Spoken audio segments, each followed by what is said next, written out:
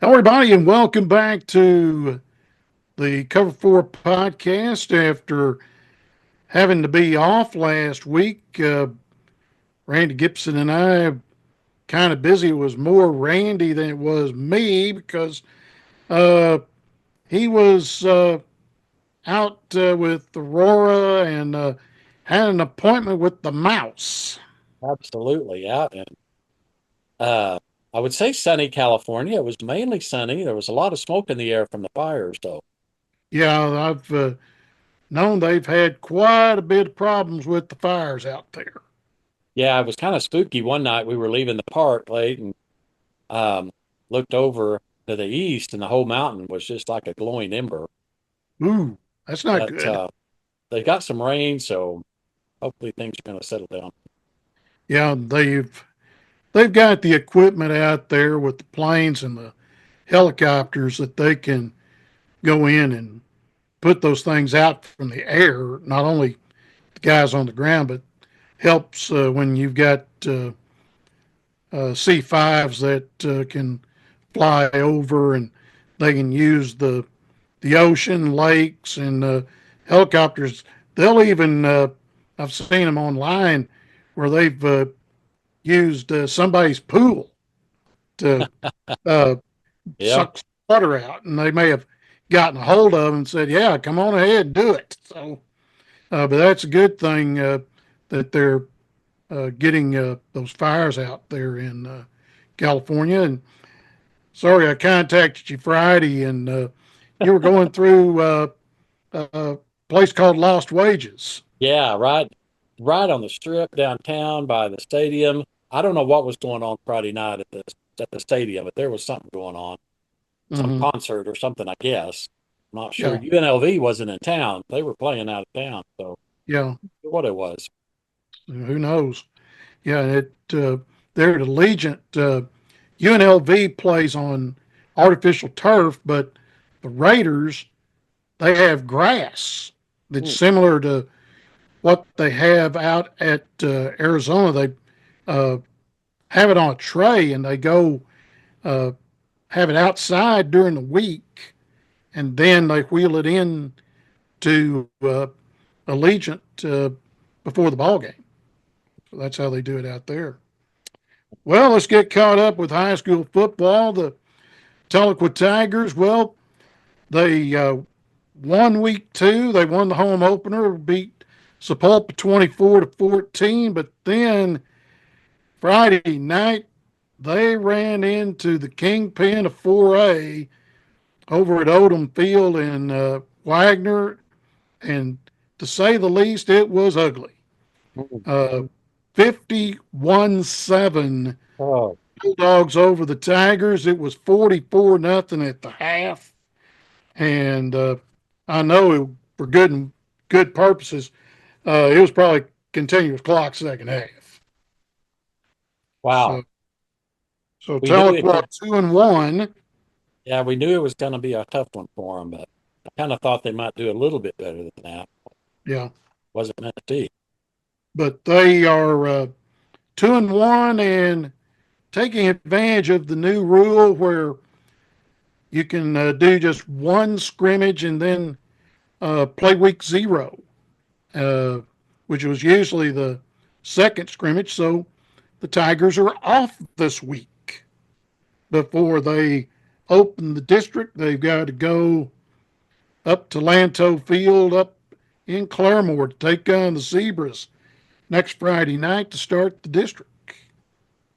So they'll Brad Gilbert and the guys will try to make a few adjustments and give the guys a Friday night off before they have to head into the district, which is District 5A4 this coming season.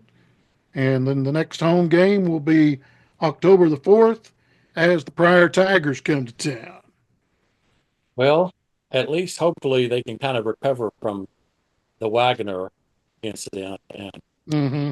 kind of get ready for Pryor. That would be good for them. Yep. The other ball clubs, well, in Cherokee County, we went 0-4 over the weekend. Uh, the Sequoia Indians lost to Eufaula 22-19 in the home opener out at Thompson Field. Excuse me. Week before, they ran into Prairie Grove over in Arkansas and lost to them 59-13. So the Indians have started 0-2 on the season. Keys fell to Stillwell in their home opener 21-20 as they debuted the new turf out at Jerry Hood Field there at Keys. They opened up the season by defeating Gore 27-22. And then Hulbert Riders, they are 1-1 on the season. They opened with Caney Valley at home, beat them 48-28, and lost to Porter at Porter 30-6. Now Keys, they will travel to Thompson Field Friday night, take on the Indians in the annual Battle of Cherokee County, whereas Hulbert, they will go to Westfield. They'll go to Aiken Langley Field and take on the Westfield Yellow Jackets. And those are the games coming up this Friday night. So we've only got two games going on.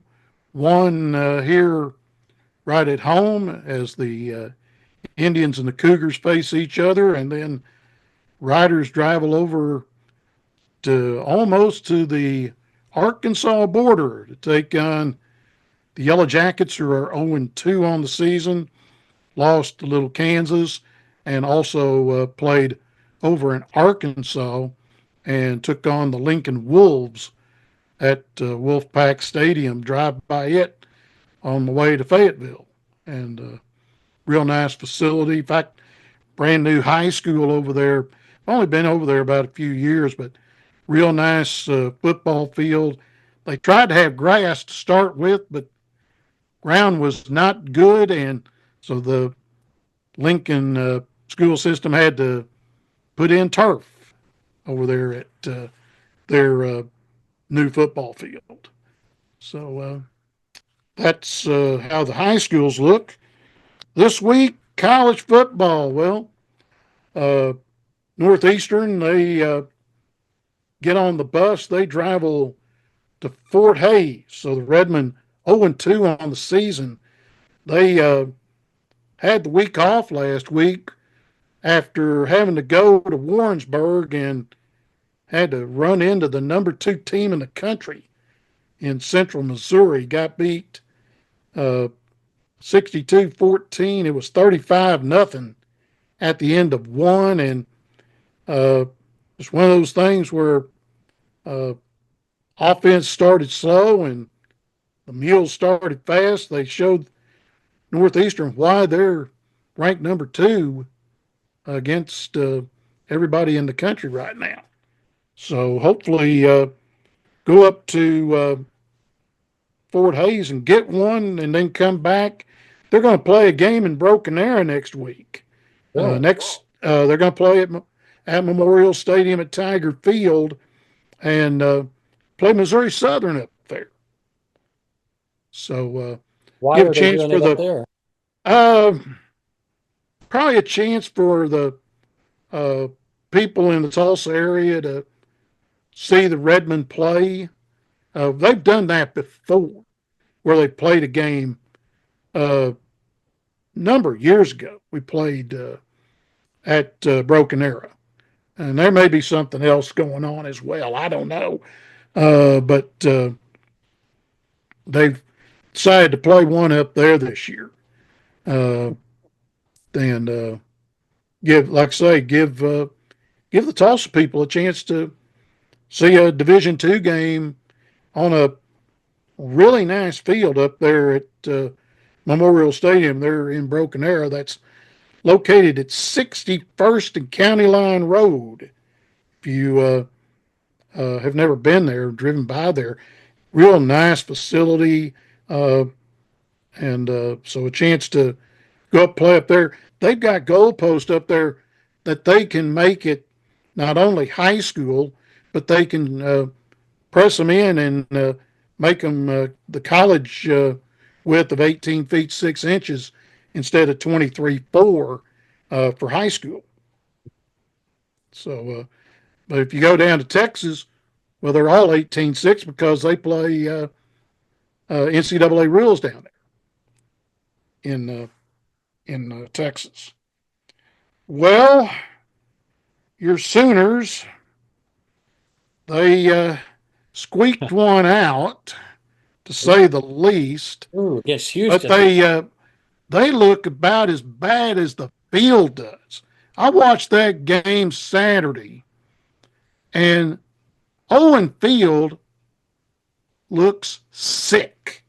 I It mean, it is. don't look very good. No, it doesn't, Jim. I don't know what is going on. I know we got new field crew, um, but I'm sorry, they are not doing a good job. It looks terrible on television. I haven't seen it in Mm-hmm. person, but from the television camera angles, it looks bad. And Yeah, I don't understand it at all. It's the first of the season. It should be totally ready to go. And they always had a good ground crew and had that field in tip-top shape. And for the last two games, the game against Houston and the game last Saturday, I didn't think it looked very good at all. no. And now game day's coming to town. Yes, game day's coming, so they have got to do something to be ready for Saturday night. Um, Uh, can you say a coat of paint? well, something, Yeah. something. It's Or is this the last year Owen Field is grass and they go back to turf? I don't know. I haven't heard. I do know that, of course, you and I have talked about this a lot. The Regents just voted to do the next step in the stadium refurbishing and update the west side, which includes that press box that's way out there. Yes, way out of date. Finally, they're going to update that press box. Again, Jim, I'm sorry. This is my alma mater. I absolutely love it. I bleed crimson and cream. That press box is an absolute embarrassment for national television crews to come in and Mm-hmm. radio crews to come in. It's horrible. Yeah. And it needed, We've been there, done that. Sit up there on that seventh deck yeah. And doing radio for Compass, and folks, it's like a sardine can where we're at. it's terrible. And just the whole camera deck, you're scrunched in trying to get around everybody. Um, it's it's just not good. And I'm really happy that they finally are going to do something about it and fix it. Hope they supposedly it's supposed to be great. It's supposed to be run pretty much the entire length of that west side. And I hope it's really upgraded, not just on the outside of this room, but on the inside. The inside is just not good. Even on the, when you and I would walk down to where the writers sat on the sixth floor, on the sixth deck, you Mm-hmm. know, it was a lot better than the seventh, but it still wasn't all that great, not compared Mm-hmm. to other stadium press boxes that I've been around the country. Well, Arkansas, they're gonna have to do something, I think, in due time. But the problem for Arkansas is the upper deck is on top of the press box, and they didn't tear the press box down when they added the west side. So now you scratch your head. You've got all the boxes, the luxury boxes, Yeah, on that third level, on level three, and they need to go in and do some remodeling. I mean, the radio booths are not real big. The TV booth is not very big. I mean, you go out to the hallway, but then uh, you ain't got much room to go back and give them a little bit more room. I mean, the press box at Rogers High School's new stadium that I did a game several years ago for Van Buren, I had more room in there than Chuck and Quinn have in their radio booth, and the visitors don't have that much room either. Yeah. And my guys that broadcast the ball game, I mean, you put that curtain up that says has SEC on ESPN on there. Uh, you put that sucker up there, and then you've got a couple of your techs behind the curtain. Uh, it's very, very tight uh, inside the TV booth. I mean, you barely got enough room for your talent stat guy, the color analyst, the play-by-play guy, and then the stage manager. So it's you put four in there, and it's Mm. about as much room as we had up on the seventh deck, but not. It's a little bit bigger, but not by much. Oh, I'll tell you, up there in Norman, as you know, we've got seven Yeah. squeezed in there. Mm-hmm.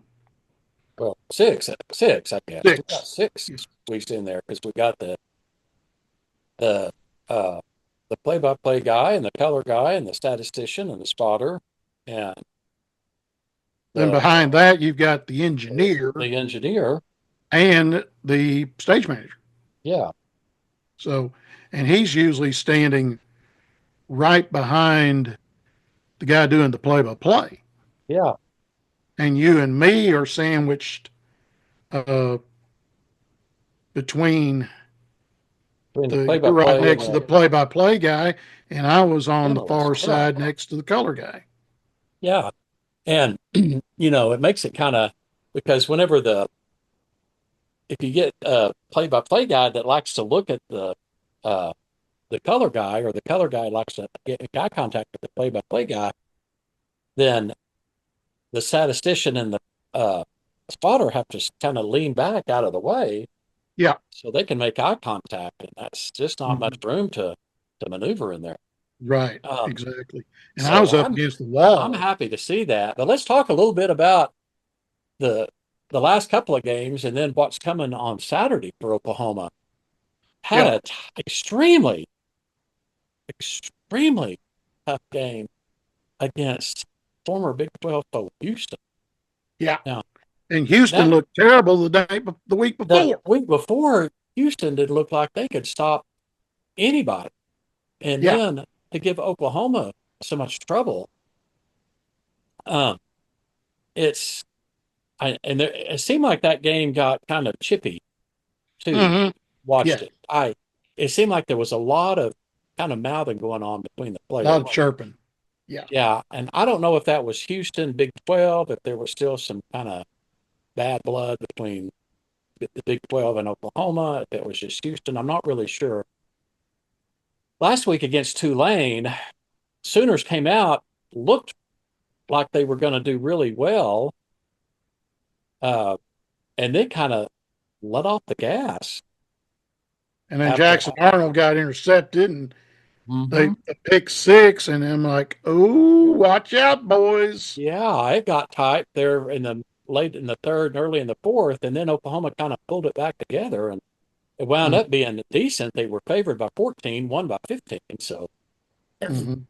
I know there was a lot of people in places like Vegas that were kind of happy with that last field goal, Mm-hmm. but geez, it just now come Saturday, first SEC game under the lights, game day coming to town. Josh Heupel's triumphant return could be. Yeah. Um, Now, for those who don't know, of course, Josh Heupel was the Oklahoma quarterback, uh, the first quarterback under the Bob Stoops era, and he and Bob get along great. Now, Brent Venables was on that staff as defensive coordinator as Mm-hmm. well, with Josh Heupel as the quarterback, won the national championship. I know they go back a very long way. In fact, Bob put out a message uh, this week saying that he would not do interviews because there's just so many requests he's getting. And Mm-hmm. he just put out a statement.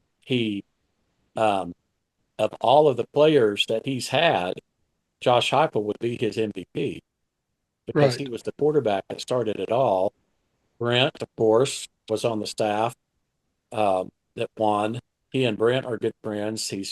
Josh is he and Josh were good friends. Josh was the coach at Oklahoma for 10 years. Right.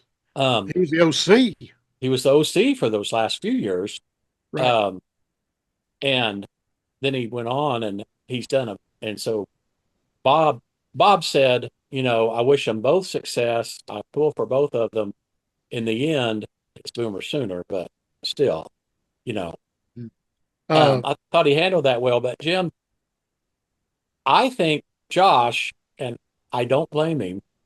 I think he's got just a little tiny chip on his shoulder he about the does. OU fans because the fans at OU, and I am an alumni. I get it, but I don't like the fans at OU a lot of times, especially Mhm. those who never went to school there and they don't understand or they never played or part of a spirit squad or anything Mhm. because they're never happy Yeah. about anything. It doesn't I see matter. that in Arkansas too. I, you know, they they did nothing but complain about Dylan Gabriel last year, wanted Jackson Arnold. So now they got Jackson Arnold. Now they don't want him. They're always after the backup for number one. Mm-hmm. Number two, you could win 63-3 and they're going to complain because the other team got the field goal or something. They're never satisfied. And that's kind of the way they did Josh whenever he was offensive coordinator. They just did nothing but complain, complain, complain, complain. And he wound up leaving and getting the job down at Central Florida. And then he got the job at Tennessee. And I think Josh has a heart in Oklahoma, but I also think he's got a little bit of something to prove. And I Mhm. don't, what I'm hoping is that it's not a total embarrassment come Saturday night. I'm afraid it's going to be. And I don't think he's going to call off the dogs if it gets going No. that way. And honestly, Jim, I, I can't blame him. And that is me as an OU alumni, member Mm-hmm. of a spirit group, bleeds crimson and cream. I couldn't blame him because he has something to prove. Yep. Now I looked at your late brother's favorite place before it came on, Vegas Insider. Uh, the game opened OU minus 3.5. Now that had to be several weeks ago, but Yeah, now Tennessee is anywhere from a 6.5 to a 7.5 point favorite. And if Gary was still around, I can guarantee you right now, I would bet straight up Big Orange. which is And the thing of it is, and I hate to say it for OU fans, you love hearing the Pride playing for Sooner all the time. You're not going to hear it very much, but and you're you're going to get Rocky sick Top. and tired of hearing Rocky Top. I, you know, I know OU's had offensive players out, and I know they're supposed to get some of them back. They're supposed to get a couple of the wide receivers back this week. We'll see. Who knows? Supposed to get three of the offensive linemen at least back this week. Who knows? I don't know. I know they've been running bread and butter plays, but bread and butter plays against what should be bad teams, they're not executing. No, no, they're not. The I mean, how many years has it been since we said, well, the defense is doing pretty good, but the offense is really slacking? Mm-hmm. It's Usually it's been a the other way while. around. It's been a But while. the defense to me is good, not great. Mm-hmm. The offense is severely lacking. Hmm. So the defense has to play great, and the offense is going to have to execute from this point on through the rest of the season, with Yeah, maybe the take a look at exception the of May. schedule. Yeah, Take a look at the schedule. You got Tennessee at home. You're one of your only three SEC games at home because you're the designated home team against Texas. You've got to go to the Plains next week and play Auburn after they played Arkansas because the Hogs have got to go to Auburn Saturday. That's a 2:30 kickoff down there in at Auburn. Then you get the week off before you play Texas. yeah, And guess what, folks? Yours may not play their final non-conference game against ULM, that's Louisiana Monroe, then they get a week off yeah, before they play you guys. yeah, And look what happened the other night. Number 16 was on the field for quite a while, and that number 16 is Arch Manning, and then he shows off, gets outside, and shows, hey, this white boy can run yeah. 67 to the house. So Arch, Arch being in, it's going to be interesting to see what happens down in Austin because I don't know if yours is going to get back in, and he's the I don't Heisman know. I'm favorite. wondering how bad Uh, that abdominal injury is yeah, yeah, because he went from being one of the favorites for the Heisman to off the board yeah, in 2 days. Arch, if I'd known this, if I'd been smart when I was out bowling the USBC out in Vegas back in July with the bunch from Phoenix that I bowl with, Arch for the Heisman was plus 15,000. And then now it dropped down to like plus 15 or 1,600 wow, in one game after what he wow. showed. One game, Yeah, one game. Yeah, one game. Amazing. yeah. So it'll be interesting to see what happens. Uh, I, I doubt if Bob will be the guest picker with him doing what he did. yeah, I don't think so. A lot of people are saying, you know who I think it ought to be? Who? Patty Gaston. Maybe, That would maybe. be good. I mean, she Yeah, just that got would the be good, statue. especially That'd be a with good her one. getting the statue, in which she Yeah, should get that in yeah, front of Love Field. yeah, she should. I mean, And think about the, whenever she took over the program. oh, Our yeah, softball team played at the city park across the street. yeah. Now they've got their own park.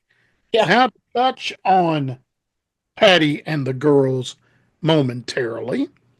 yeah, The first home SEC series for the Arkansas Razorbacks and Courtney Deifel will be against Patty Gasso and the Sooners. And there's no way in hell that Bogle Park can hold them all. no, I I don't mean, think the so. season ticket holders have all the seats, with the exception of the ones that they have to allocate for the visiting team. Otherwise, you're sitting on the berm out in the outfield, or you're sitting across the street. You can't get a ticket, and you have to watch the game from the hill across the street that's on the property of Fayetteville High School. That's how many folks will watch that series, and Hunter Yurachek will lose money Hmm. because of that, because he can't get them in the park. I tell He you, should have been thinking 2 years ago that, hey, we need to expand this puppy. They've got room to build additional seats, both sides, but you would have to elevate it because you've got both bullpens down the left and right field lines. So trying to figure out how in the world they would expand Bogle Park, it might be a case of uh, maybe I need to make a trip to Norman, take a look and see what they did, and then figure out how in the heck we expand Bogle uh, for the next time OU comes to town in hopefully 27, because mhm, Arkansas is going to have to go over there in 26. yeah, So, gonna be interesting for sure. yeah, Going back we'll to the see. game day picker, Yeah. Mm-hmm. who just kind of playing a little bit, who would you pick to be the game day celebrity guest? Well, you'd have to like eliminate uh, Bob because of what he's doing this week. Uh, I'll give you somebody that I used to play basketball against. Julius Caesar Watts. Be a good one. Be good. Yeah. Yeah. Uh, you can't get Dewey. I think he's AD somewhere.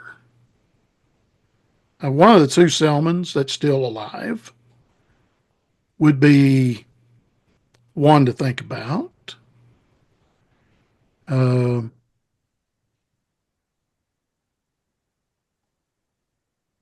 Steve Owens,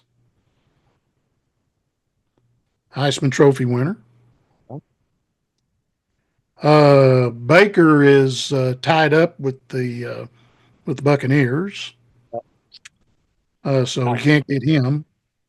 can't get Uh, Kyler. He's tied up. huh? Nope. You can't get Kyler. He's tied up. Kyler can't come because he's in Arizona. They both got games the next day. Right? Exactly. Uh, I'm just kind of wondering who in the heck will do the ball game. What about Boz? Huh? What about Bosworth? Ooh. He Well, could be. he would be available. He's usually Oz would there be anyway. available. I see But Boz doing it. yeah, he could. He would be able to be semi-available. Let me look here. I was saying about the ball game here. Let me see if I can drag up the notes if they put them out yet. Mm, well, additional links. Okay, here we go. Game notes. Let's see. Oklahoma, Tennessee. Let's see who is doing the game for on the air. It will be the A team will do the game Saturday night. Doesn't surprise me. Fowler, Herbie, and Holly Rowe. So that means Kirk cannot make a pick on the game since he's doing the game. Yeah. Uh, Also, there'll be one other person that will be there, and he will be credentialed. Ben Herbstreit. You know who that is? Nope. Kirk Herbstreit's dog, Oh, yeah. Ben. Okay. Okay. He will not only be at game day, but don't be surprised that he will be laying between Chris and Herbie uh, when they do the ball game. Oh, And he is a beautiful, beautiful golden lab. I saw him a couple of weeks Mm-hmm. ago. Mm-hmm. On a couple of weeks ago. For the game day at Michigan, Yeah, Michigan. Yeah. and he had his own credential on his collar with his picture, with his picture, and said Ben Herbstreit. That's awesome. Yep. Um, Well, yeah. So other game. OSU. How Hmm? about Oklahoma State? They've got a Yeah, big game coming up this week. yeah, against the Utes at Boone Pickens. It's a Yep. 3 o'clock kick. That's a Fox game. So you can watch that on Fox 23 here in Tulsa, and That's going to be a good game. that will be a real good game. I really wish Cam Rising was still going to play, but I guess he's going to get a seventh, eighth, ninth, 10th year, whatever it is now he's getting. But, uh, Jim, it's been kind of funny being out here just down the road from Salt Lake City. Yeah. OSU thought that OU fans were bad to taunt and say things about them. I don't know what the I don't know what the media is saying out there about Utah, but man, the Utah fans here are hammering Oklahoma State. It's not, it's just sad. They are laying the OU fans to shame in the things that they're saying about Oklahoma I State. hadn't seen anything yet, about Oh it. my goodness gracious. So, but They are one of the nicest things they're saying is that they have taken over Oklahoma's role in the Big 12 of owning Oklahoma State, and that now Oklahoma State will have to answer to them like they did Oklahoma. uh, I will say this to the Utah: here comes Bullet. Yep. Let me put it to you this way: the things I'm seeing from Utah fans on social media, Mm-hmm. Oklahoma fans were nice and charming to the OSU fans compared to what Utah. Oh, but this will be a real good one. Oklahoma State beat Tulsa 45-10 uh, before 30,000 inside Chapman Stadium. I still call it Skelly Stadium, but the official So do name I. is Chapman Stadium at Skelly Field, which is the original name of Skelly Stadium. It was Skelly Field before it became Skelly Stadium, which, uh, as you know, W.G. Skelly, the big oil man there in Tulsa, he gave them a heck of a lot of money back way back when to build the stadium. Was 41,000. Then they tore down 11,000 seats in the north end zone to build the Case Center. That's where the University of Tulsa's locker room and everything's at. But 45 zip before TU could finally get the last 10 points of the ball game. And TU gets Louisiana Tech on Saturday night, 6 o'clock, uh, ESPN Plus. So it'll be digital, be on the computer or your tablet or anything. So if you want to watch the game after the OSU game, so that will be on. I They had the game on ESPN Saturday, and I didn't get the UAB Arkansas game, nor did I get the Tulsa game. I'm hoping they have hired Don Tomkowski to do official stats up there at Tulsa's after his retirement as the SID up at TU after 40 years as the Golden Hurricane SID. And hopefully, him and Rick Dixon will have plaques inside the Reynolds Center, inside the Hall of Fame here. I hope shortly for both of them. So, but those are the games this week. Like I say, Arkansas is on the road taking on Auburn. 137-27, but it was 2020 at the half against UAB. Yeah. And Oh, offense, Trent Dilfer. You remember that name, NFL quarterback, second year head coach at UAB. He was trying to get uh, Petrino to throw the ball, but Bobby would have nothing to do with it. He ran the ball a lot, mainly because Taylor Green was not as effective as he should have been. They'll probably work on that this week, getting ready to face the War Eagle, the Tigers down at Auburn. Uh, First conference game for Arkansas. And they got uh, Auburn. Then they got to go to Jerry's place next week, take on Texas A&M. They don't come back home till October 5th, and they got to run into Tennessee. wow. Yeah. So, Um, and that's a couple of night, could be a night game in Fayetteville. Don't know yet. couple of other games of interest. BYU opens up Big 12 play against Kansas State here in Provo Saturday. Mm-hmm. So big game here. Um, Kansas State's a good football team, so Yes, they are. I They have to. took it to Arizona. Yeah, they did. I look for Kansas State to want to be contending for the Big 12. I think it's going to be a Yes. three-way race to Mm-hmm. Oklahoma State, Kansas State. It's not there. Uh, I wanted to get your thoughts about Georgia.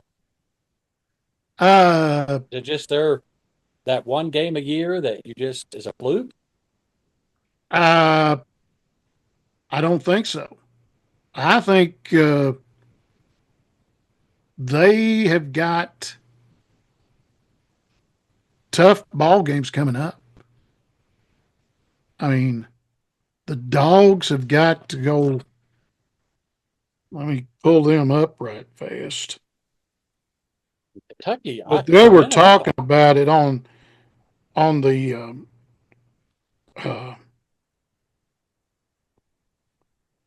on the radio. But they're okay.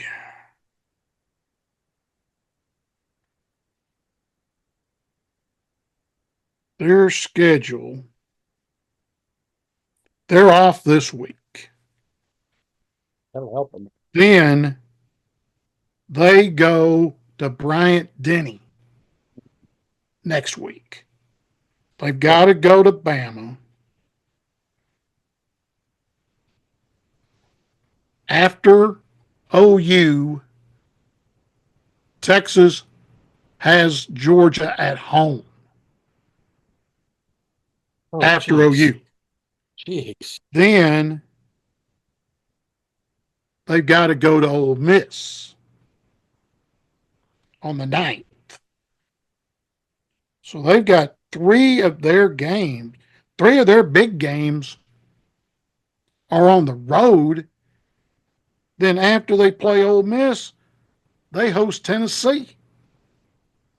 That's the only big game. In fact, that's their last conference game is against Tennessee Oh, because they got UMass the next week, and then the annual battle of Georgia against Georgia Tech the 29th, and it's at Athens. But they've got They had Kentucky on the road, off week, go to Bama, Auburn for homecoming, Mississippi State, then go to Texas, week off, Florida at Jacksonville, the annual world's largest outdoor cocktail party, then Ole Miss on the road, Tennessee at home. That's not easy, No, it isn't. especially when you got three of the four on the road. Yeah, yeah. Georgia may be, they might have some problems. So, The way don't know. things look, the way the teams looked last week, I could see it being Texas and Tennessee coming down. Uh, Yeah, yeah. That could be the two in the Georgia Dome yeah, could for the be. SEC title Could be. It'd be the battle of the because Rose there's Bowl. no divisions anymore. Oh, oh. So, Well, right now, I mean, 2 weeks ago I said Georgia and everybody else. but now I'd say open the door, my friend, Yeah, me too. Me because too. take a look what Texas did to Michigan Yeah. I at, if I at if I their had place. a vote, and this would kill me to do or to even say it. If I was a voter in the poll for this week, I would have to vote Texas number one. And they are number one. I hadn't seen the polls, so that Yeah, doesn't they surprise me. they are number one. They jumped Georgia. What did Tennessee jump to? I wondered if Tennessee, they jumped Georgia. That was my real question. yeah, they jumped Georgia. Let's see.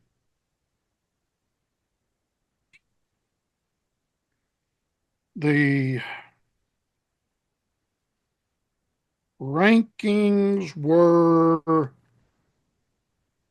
Texas 1, Georgia 2, Ohio State 3, Bama 4, Ole Miss 5, Tennessee 6. I'm surprised Tennessee's that low after they put 71 or whatever it was. Whoever. Well, the uh, Ole Miss beat Wake Forest.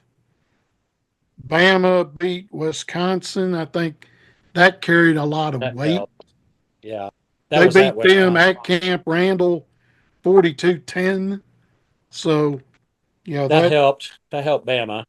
yeah. Uh, but Tennessee went up a spot. They jumped Missouri. Yeah. Missouri went down to 7 because they They had a looked rough time. against Boston College, and they were lucky to win that game at home. Yeah, they were. Yeah, Missouri Then looked pretty Miami's vulnerable. 8, Oregon 9, Penn State is 10 after being off this week. And then they've got the team that Tennessee just kicked the dog out of. They got Kent State this week. So they'll beat them by a bunch. Uh, then USC is 11, and they've got Michigan to open up the Big Ten at the Big House Saturday. That's a CBS game too. Then Utah's 12. Utah jumped to 12. Mm-hmm. Interesting. Okay. I K think I State's saw. 13. Okay. Uh, Oklahoma State's 14. OU's 15. That's what I thought I saw Oklahoma was 15. I wondered where Oklahoma State was. So they're just ahead of Oklahoma. Yeah. So LSU was lucky to stay 16 after Yeah. nearly laying an egg at Boy. South Carolina. In fact, South Carolina should have beat them. Yeah, they should have. Yeah. I was really surprised, and I didn't think South Carolina had it in them, but they did. Yeah. Then round out the top 25, Notre Dame's 17, Michigan's 18, Louisville, Iowa State, Nebraska is 23. Really. Yes. Northern Illinois, check that. Nebraska's 22, Northern Illinois is 23, Illinois is 24, and A&M is 25. And the Fighting Bielamas, that is Illinois, have Nebraska Friday night. Glad to That's see the Fox game. Nebraska. I'm happy to see Nebraska back in the top 25. Yeah, me too. Me too. It's been a while.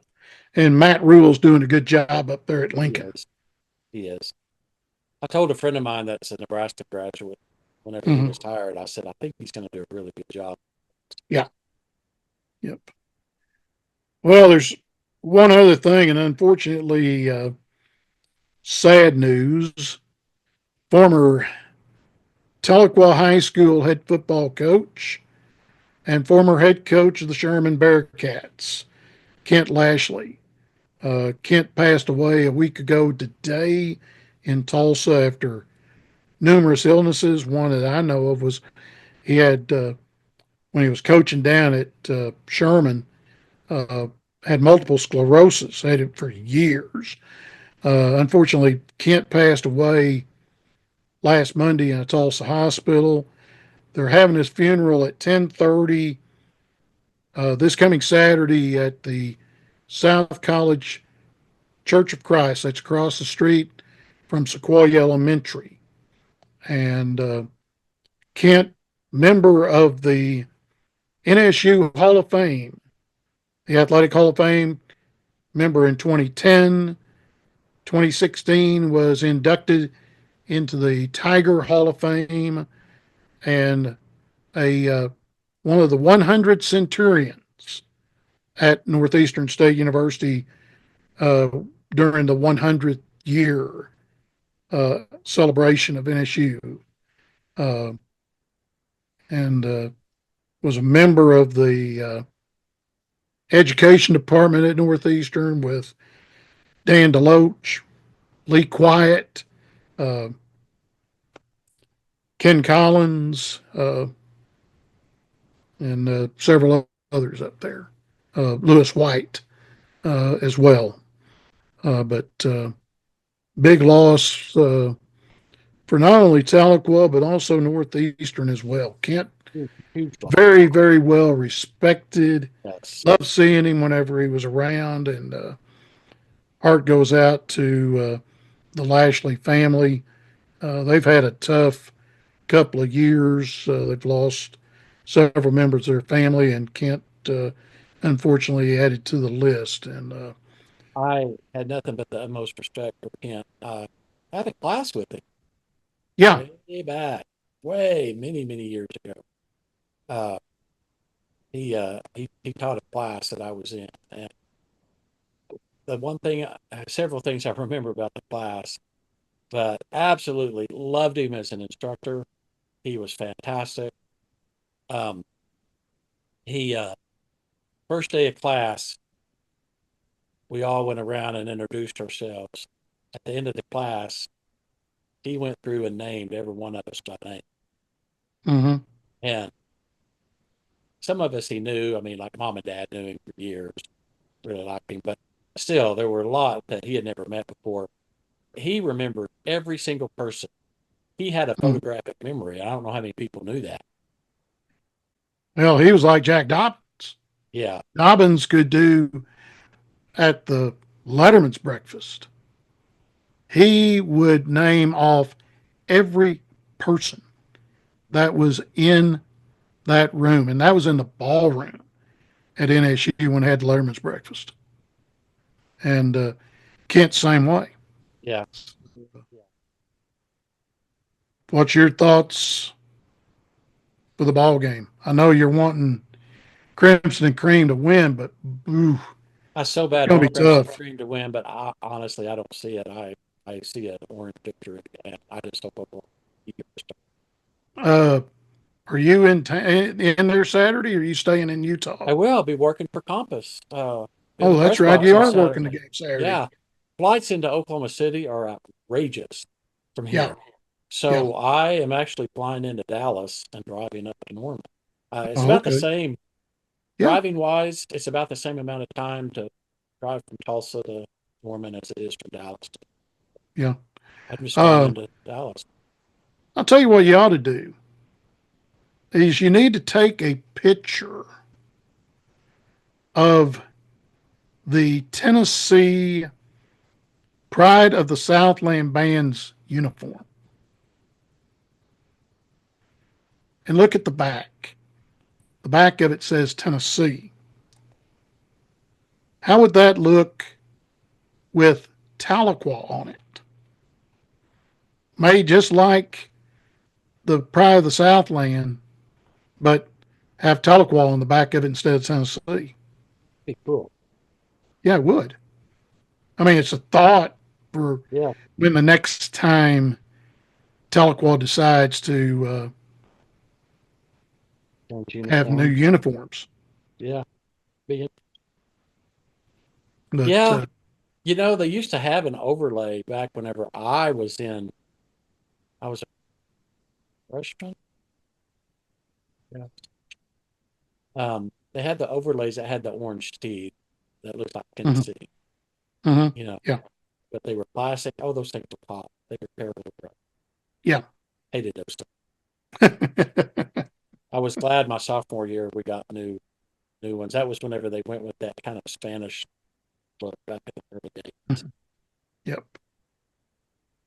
Well, I think that ought to do it this week for the podcast. And next week we'll talk about what happened See, against Tennessee. Uh, talk about the game against Auburn down on the plains. The fans will get to see the ones that do go to Auburn. They will get to see War Eagle flying around the stadium uh, prior to the ball game. And I don't know if it will be the Golden Eagle or the Bald Eagle. They do have a Bald Eagle pretty there at cool. Auburn. Pretty cool to watch. So circles the stadium and then he will come in and land at the 50-yard line. Love it. That's quite a sight to see that. See it on TV, but that would be something to see it inside Jordan Hare. Yes, it would. That would be So, really but with you working the game for Compass, maybe you can go down to the radio booth and if you go by the Tennessee booth before the game, meet up with Bob Kessling, the voice of the Volunteers and the Vol Network. Very nice gentleman. I met him during basketball last year at Arkansas, okay. Right. and very very nice gentleman. He's been doing it. I think he was the guy that replaced John Ward, the legend of Tennessee football, and it'd be nice to hear him. Which Ward, his touchdown call was the 5, 4, 3, 2, 1. Give him 6. Bob's is to the 10, to the 5, to the checkerboards. Touchdown, Tennessee. So he goes, if you watch it next year at Neyland Stadium, you see the checkerboards Yeah. in the end zone. And that's what Matt Cloud should have done to the turf up at the high school. Oh, really? Uh, the it has Telequal on there, but it'd been nice if they would have put the checkerboards Yeah, it in would have. one end zone, Yeah, it would have. much less both. But anyway, that's going to do it this week for the Cover 4 podcast. And for my partner, Randy Gibson, I'm Jim Trickett. We'll see you next week on the Cover 4 podcast.